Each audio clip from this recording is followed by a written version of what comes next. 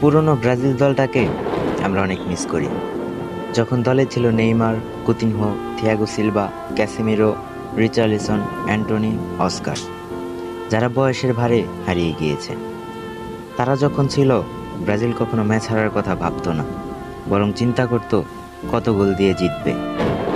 নেইমারের জাদুকরী ড্রিবল, কুতিনহোর দূরপাল্লার গোল, Thiago silver রক্ষণের দেওয়াল, সবকিছু ছিল এক কথায় অপ্রতিরোধ্য।